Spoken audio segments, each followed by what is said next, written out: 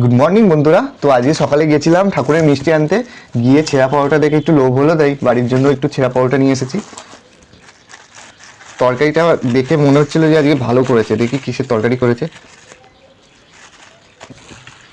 Soybean আলু দিয়ে তরকারি করেছে। দাঁড়াও, একখানা চামচ লাগবে। সোয়াবিন আলু দিয়ে তরকারি করেছে, খুব একটা তরকারিটা খুব সুন্দর হয়েছে আজকে। সেদিনের তরকারিটা একটু নুন কম ছিল, সোয়াবিন দিয়ে করেছে এটা। আর ছেঁড়া পরোটা কার কার প্রিয় আমায় অবশ্যই কমেন্টে জানাবে।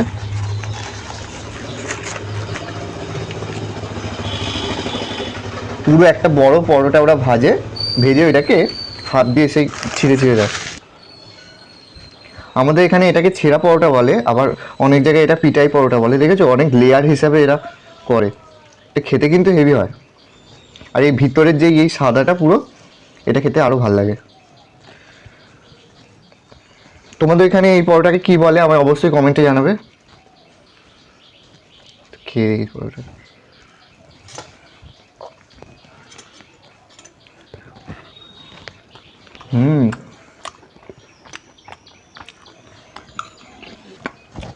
কি সুন্দর খুলে যাচ্ছে, দেখেছো? পরপর লেয়ার হিসাবে করে, অনেকবার করে দিয়ে হাতে ওরা কি সুন্দর ফাটিয়ে দিয়ে দেয়।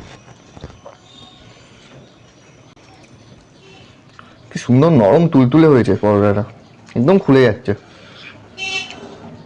আর একটু ভুজিয়াও নিয়ে এসেছিলাম, তরকারির উপর দিয়ে ভুজিয়ে দিয়ে দিচ্ছি।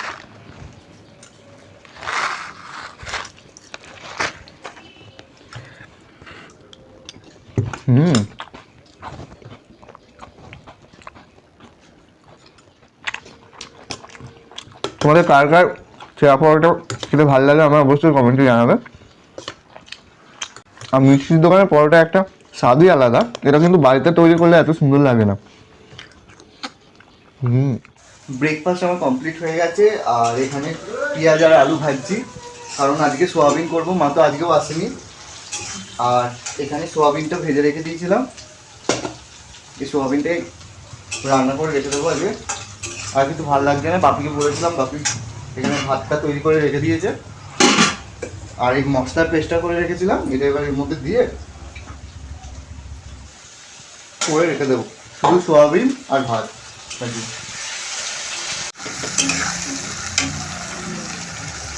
এই সোয়াবিনটা দিয়ে দিলাম এর মধ্যে, এর সাথে ভালোভাবে একটু কষিয়ে জল দিয়ে মাখা মাখা করে রেখে দেবো। এই যে এর মধ্যে সমস্ত মশলা আমি দিয়ে দিয়েছি, জিরে গুঁড়ো, লঙ্কা, হলুদ আর নুন। তো এটাকে ভালোভাবে কষাবো। এটা কষানো হয়ে গেছে, এটা আমার অনেকটা কষানো হয়ে গেছে।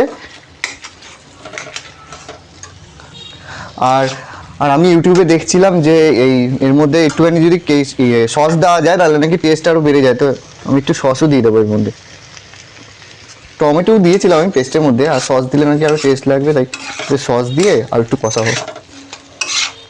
কাইন্ড অফ চিলি চিকেনের মতো হয়ে যাবে, মানে কী বলে সোয়া চিলি হয়, সোয়া চিলি টাইপের হয়ে যাবে। তো আজকে এই আর ভাত, এছাড়া আর কিছু করবো না, ভালো লাগছে না কিছু। এই তরকারিটা আমার কষানো হয়ে গেছে, এর মধ্যে আমি একটু জল দিয়ে দেবো।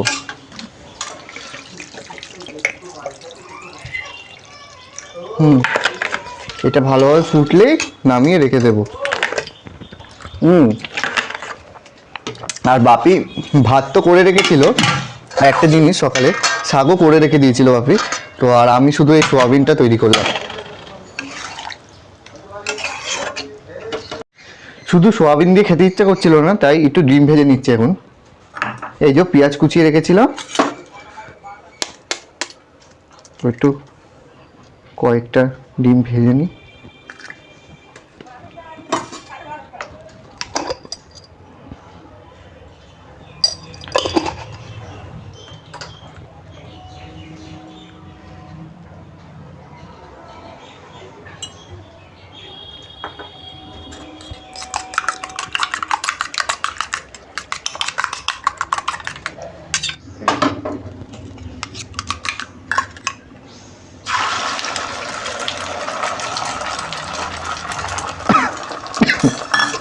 ডিমটা একটু কড়া কড়া করে ভাজবো।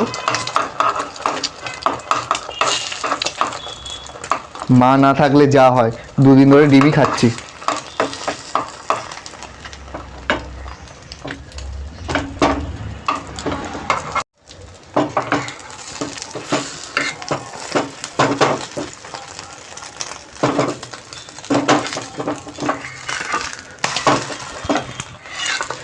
তৈরি হয়ে গেছে আমার ডিমের অমলেট।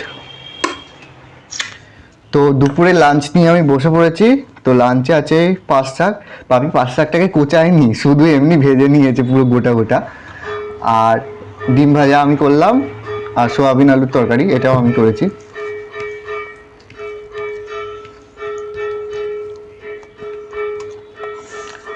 শাকটা পুরো গোটা গোটা পাতা করে রেখে দিয়েছে, কিন্তু ভালো লাগছে খেতে।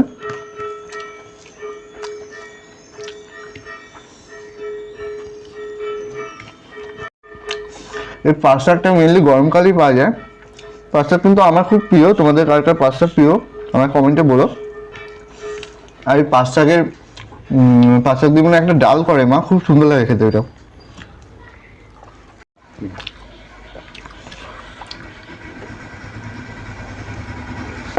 সোয়াবিনটা সসটা দেওয়ার জন্য আরো টেস্টি হয়ে গেছে।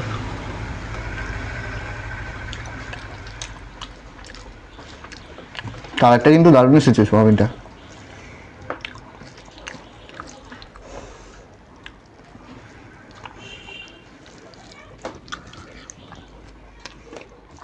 বুঝেছো?